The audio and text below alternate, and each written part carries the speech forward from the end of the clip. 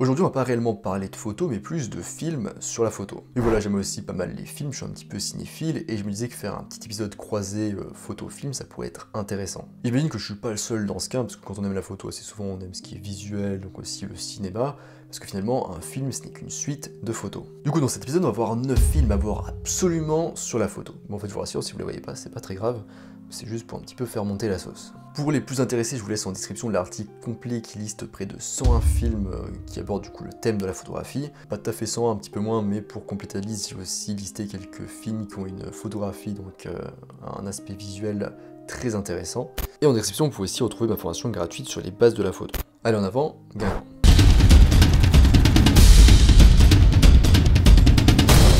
En 1, on a War Photograph, qui est sorti en 2001 et qui était fait par Christian Frey. War Photographer est un documentaire sur James Snatchway, considéré par beaucoup comme le plus grand photographe de guerre au monde. En plus de raconter l'histoire d'un homme emblématique sur le terrain, le film aborde le champ plus large sur le journalisme de guerre, ainsi que les questions qu'il soulève. L'un des principaux thèmes du documentaire est le niveau d'implication d'un journaliste dans les événements qu'il doit documenter. Snatchway attribue l'intimité de ses photographies à l'importance qu'il accorde à l'établissement d'un rapport avec ses sujets, et souvent malgré une importante barrière linguistique. Deuxième film, La vie secrète de Walter Mitty, qui est sorti en 2013. Ben Stiller joue le rôle de Walter Mitty, un gestionnaire de négatifs photos de Life Magazine, qui se retrouve dans l'aventure de sa vie lorsqu'il part à la recherche de Sean O'Connell, joué par Sean Penn. Après la disparition du négatif numéro 25, que O'Connell décrit comme la quintessence de la vie, et qui est censé aussi être le dernier numéro de couverture de Life Magazine, Ben Stiller du coup va se lancer à sa recherche. Alors non seulement ce film aborde pas mal le thème de la photographie, même si c'est pas le thème principal, mais on y découvre aussi de magnifiques paysages très inspirants pour vos photos de paysages,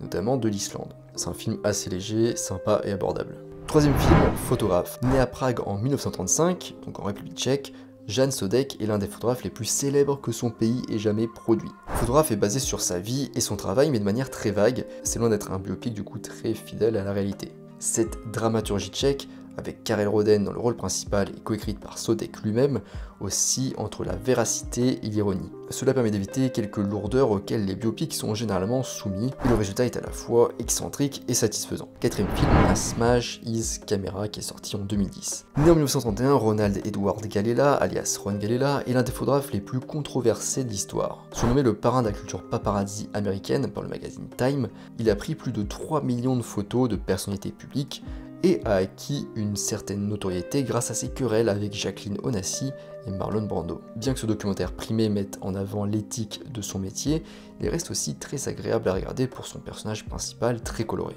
Cinquième film, Search for the Afghan Girl, qui est sorti en 2003 et réalisé par Laurence Cumbo. Une équipe du National Geographic Television and Film a amené McCurry au Pakistan pour rechercher la fille aux yeux verts. Donc en fait, la fille aux yeux verts, c'est une fille qui était le sujet d'une photo qui a été très mise en avant et qui est très connue maintenant, donc je mets la photo en ce moment même sans doute. Donc voilà, ils partent à la recherche de cette fille. Sixième photo, on a The Serpent qui est sorti en 2006. C'est un thriller français basé sur le roman Plein d'air de Ted Lewis de 1971. Il raconte l'histoire d'un photographe de mode introverti en plein milieu d'un divorce très difficile, et comme si les choses n'étaient pas assez difficiles comme ça, un de ses anciens camarades de classe va faire entrer dans sa vie le meurtre, l'enlèvement et le chantage. Atmosphérique, élégant et captivant, je vous conseille de le regarder. Septième film, La Jetée. Ce film de 1962 est une expérience de science-fiction de 28 minutes réalisée par Chris Marker.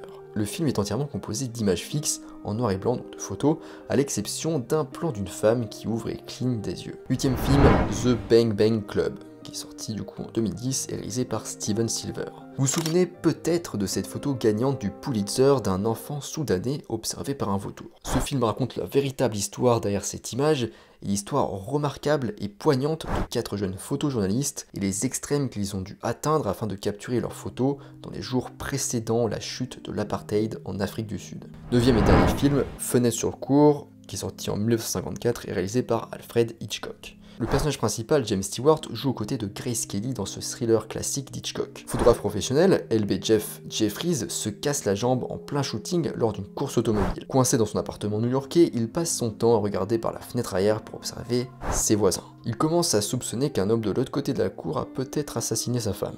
Voilà, c'est la fin de cet épisode qui liste quelques films qui abordent le thème de la photographie. Je vous laisse du coup en description l'article complet qui liste peu ou prou 101 films du coup qui abordent le thème de la photo. En description, vous pouvez aussi retrouver ma formation gratuite sur les bases de la photo. Moi je vous laisse ici à votre soirée ciné et je vous dis à bientôt sur les internets mondiaux.